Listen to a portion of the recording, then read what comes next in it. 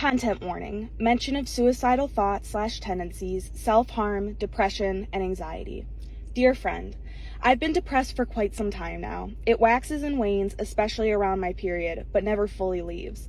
Although this might sound hopeless, my work in therapy has taught me coping skills that help me numb the pain that exists within me. My therapist, who is the wisest and coolest person I've ever met, despite her need to call me out on my bullshit, has encouraged me to use meditation instead of reaching for my dab pen. This is currently my biggest struggle. My mental illness journey began in middle school, specifically when I was in 8th grade. I despised myself. I'd pick apart my appearance, constantly degrading my reflection for her hairy arms, protruding stomach, and pudgy face. Over time, I began to despise my personality as well, disgusted by how loud I talked or how much energy I had. I felt like I was constantly annoying everyone around me, demanding too much attention from them at all times. I slowly drifted away from them and into a world of Avicii's music, which would constantly course through my crappy Apple earbuds. On the bus ride home, I would rest my temple on the frosty bus window and daydream, getting lost in the thumping bass and dancing tune. It was my way of living with myself. My self-degradation wasn't the only problem, though.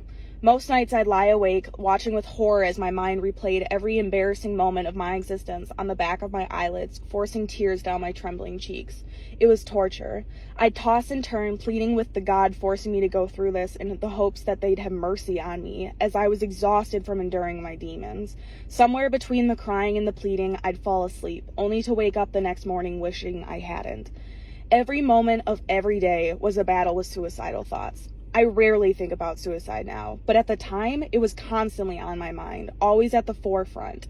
It was fueled by a hatred I had for myself and who I was, the girl who never seemed to get the joke and was always a bit too much.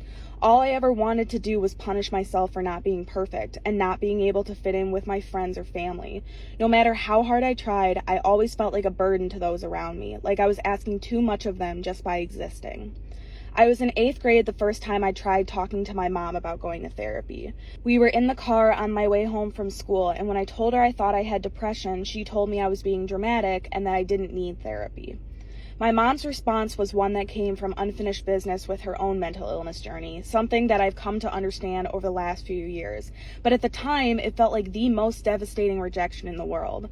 What anyone in my community had heard of mental illness was stigmatized, and mental health was the butt of jokes between insensitive boys at my school and was skimmed over in health class. The education of my own experience was limited, which made it that much more isolating. Therefore, each time I talked to people about what I was going through, it felt like I was being exposed for the delusional person I was, and many I confided in supported that suspicion. They'd invalidate my experiences by denying or simply ignoring them, saying things like, "You're just not being positive enough," or "You're not seeing the bigger picture," or "You're going to be fine." The last phrase wouldn't have been as infuriating if people had tried helping me after saying it, but they all left me feeling dejected, making it harder and harder for me to open up to anyone. It also didn't help that my demons were my worst enemies. If I wasn't depressed, I was ashamed of feeling depressed because objectively I had a relatively good life. I lived in a big house in a quiet suburb with 2 extremely loving parents, 2 caring sisters, and anything a kid could ever want or need. Growing up, other kids told me that they were jealous of the relationship I had with my parents and how comfortable I felt telling them about anything and everything because I knew they'd love me no matter what. But for the first time in my life, I wasn't sure if that would hold true. I took out my frustration on myself by self-harming before I even knew what it was called. I'd bang my head or pound my fists, occasionally breaking a trumpet or a phone screen. It wasn't until I was at the end of my high school year that I tried cutting. I got the idea from a session with a very bad therapist that I finally convinced my mom to let me see. I gave up on therapy for a while after that. This meant that when I inevitably spiraled out of control and told my friend that I didn't think I was going to make it through the weekend, they reported me to a counselor, a nasty lady with a massive amount of short blonde hair crowding her face. She told me that one day I'd be on stage graduating and this would be nothing but a blip. I think she meant to be nice, but all it did was make me despise her even more. After hearing about my spiral, the counselor called my mom, who took me on a very silent ride to the emergency psychiatric ward. I was sitting in the waiting room with her when I realized I got my period and that it had soaked through the thin fabric of my jumper. I wore my mom's jacket around my waist as I was interrogated by doctor after doctor, though why I had to talk to 3 different people about the same thing is a mystery to me. Eventually, I was released and we went home, where my dad had taken the door off my bedroom. Shortly thereafter, I started seeing another therapist, a good one this time. She validated my feelings and gave me enough confidence to be honest with the people in my life. I also started writing about the lessons I learned each day and how I endured all the awful parts of my existence until they weren't so awful anymore. This became a book and the inspiration for my website. This helped me to gain even more confidence in myself and the dreams that I strive for. Although I had healed the hateful parts of myself, I was still feeling somewhat suppressed.